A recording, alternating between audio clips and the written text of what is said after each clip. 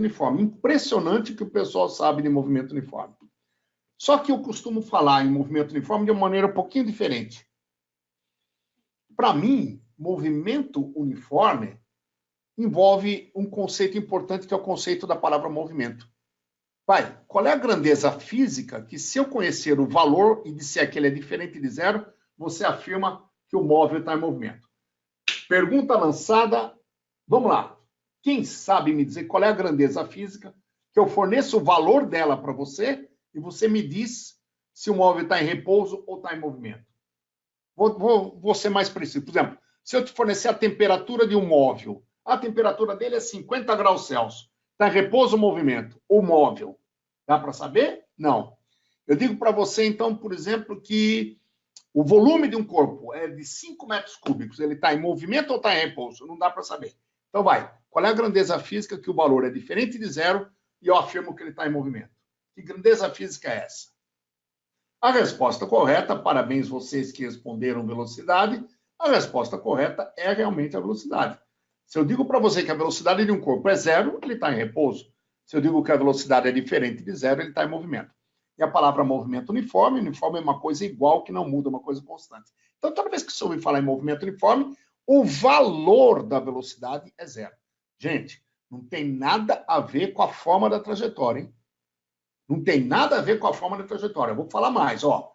Vou fazer um negócio aqui que você não viu ainda, ó. Se eu tiver uma mosca fazendo isso aqui, ó, desde que o valor da velocidade seja constante, ó a mosca, olha que legal, ó. E ela faz isso aqui, meu filho, ó, essa mosca está em movimento uniforme, tá claro? Combinado? Certo, hein? Então, legal. Então, vamos lá. Primeira coisa importante que você tem que saber, ó, dá uma olhada. Se uma grandeza é constante, a média é ela mesma. E velocidade média, você acabou de ver comigo, é ΔS por ΔT. No caso, mais ainda, ΔS é o S final menos o S inicial. ΔT é o T final menos o T inicial. Só que a gente começa a contar o tempo na hora que a gente dispara o cronômetro. Então, grave uma coisa importante na tua cabeça. Em cinemática ou em física, toda vez que aparecer a palavra inicial, é na hora que você dispara o cronômetro, é no instante T igual a zero.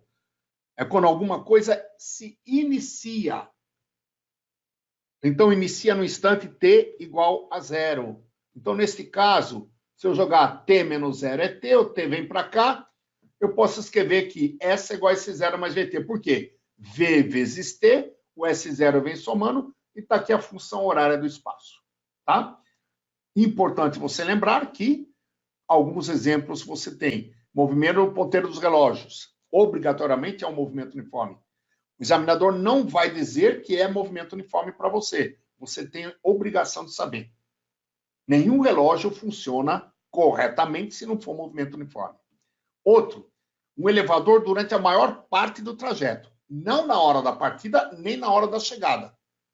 Mas durante a maior parte do trajeto, o movimento do elevador é uniforme. Outro exemplo, correlato. Escada rolante. Essa tem obrigação de ser movimento uniforme. Não queira estar em cima de uma escada rolante na hora que ela variar o valor da sua velocidade. É tombo na certa. Tá ok? Então, com 3 elementos aqui, o examinador nunca vai dizer que se trata de movimento uniforme. Você é obrigado a saber. Tá? E a função horária do movimento uniforme é essa. S igual a S0 mais VT. O que é o S0?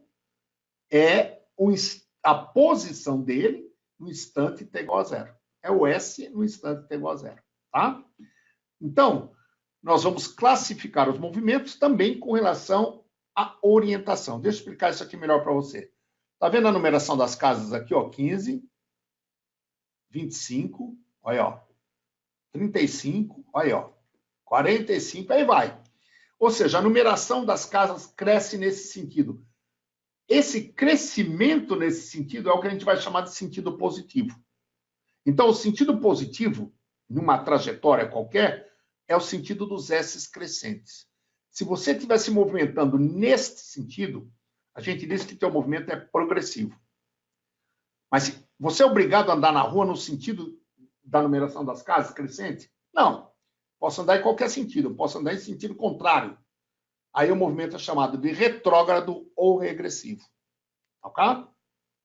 E, para fechar nossa aula, gráficos do movimento uniforme. Veja, é uma função do primeiro grau. Se é uma função do primeiro grau, uma função afim. Importante, não esqueça, espaço em função do tempo, isto é a tua trajetória. Isto é a tua trajetória. S. Você marca os S ao longo da tua trajetória. Aquelas tabuletas S estão ao longo da estrada. A numeração das casas vai ao longo da rua ou da calçada, que é a tua trajetória. Então, isso aqui é a tua trajetória, ó, esse eixo. Neste sentido, é o sentido progressivo. Neste sentido, é o sentido retrógrado. Tá?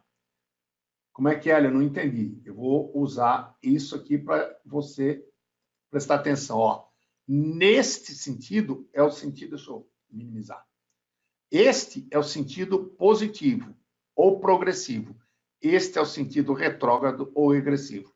Essa posição, para mim, corresponde o instante t igual a zero, é o S0. Ele está andando nesse sentido. Vamos lá, de novo. Ele estava aqui no instante t igual a zero, ou melhor dizendo, ele estava passando por aqui, porque ele já tinha velocidade. Ele estava passando por aqui. Quando ele passou aqui, eu disparei o cronômetro. Ele continuou. Ele está andando nesse sentido. Esse sentido é o sentido positivo, sentido progressivo. Tá? Olha o gráfico que está. É uma reta inclinada, porque é uma função do primeiro grau.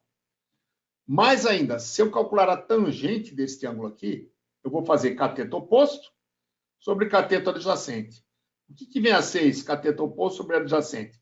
Cateto oposto, S menos S0, delta S. Cateto adjacente, T menos 0, delta T. Delta S por delta T é a velocidade V. E ela é positiva porque o sentido é progressivo. Muito bem. Se ele tivesse aqui, ó, no instante t igual a zero, ele está passando aqui, só que ele está andando em sentido oposto, aí o movimento é retrógrado ou regressivo, tá? Movimento retrógrado ou regressivo. E se eu calcular a tangente desse ângulo, também vai me dar velocidade. Só como ele é retrógrado ou regressivo, o S é menor que o S0. Então, vai dar um delta S negativo, dividido por delta T, que é positivo, a velocidade vai ser negativa. Tangente de θ. Se eu calcular, se eu fizer o gráfico da velocidade pelo tempo, aqui está para cima, então esse aqui vai deitar acima. Olha aí, ó. Está para cima, deita acima. A velocidade é positiva. Olha aí, ó. Tá? Se eu calcular essa área, V vezes ΔT, V vezes ΔT, delta S. Vai ser mais a área está para cima. Se eu calcular isso aqui, ó, olha aí, ó, tá para baixo, deita abaixo. A velocidade é negativa. Olha aí, ó, é constante. Portanto, se eu calcular, o delta S vai ser negativo. Gente, não existe área negativa. Quem é negativo aqui é o delta S, tá? E depois que está deitado, o próximo não tem nem o que discutir. Não tem aceleração escalar. A aceleração escalar aqui vai ser zero. Ó, vou encostar no eixo aqui, ó. Alfa igual a zero. Mesma coisa aqui, não tem aceleração. Alfa igual a zero. Aí, ó. O gráfico mais importante é esse, que te dá o valor direto da velocidade e vai calcular o delta S e você consegue achar, eventualmente, a velocidade média. Apesar de falar em velocidade média no mu, é brincadeira, porque ela é constante, a média é ela mesma. Então,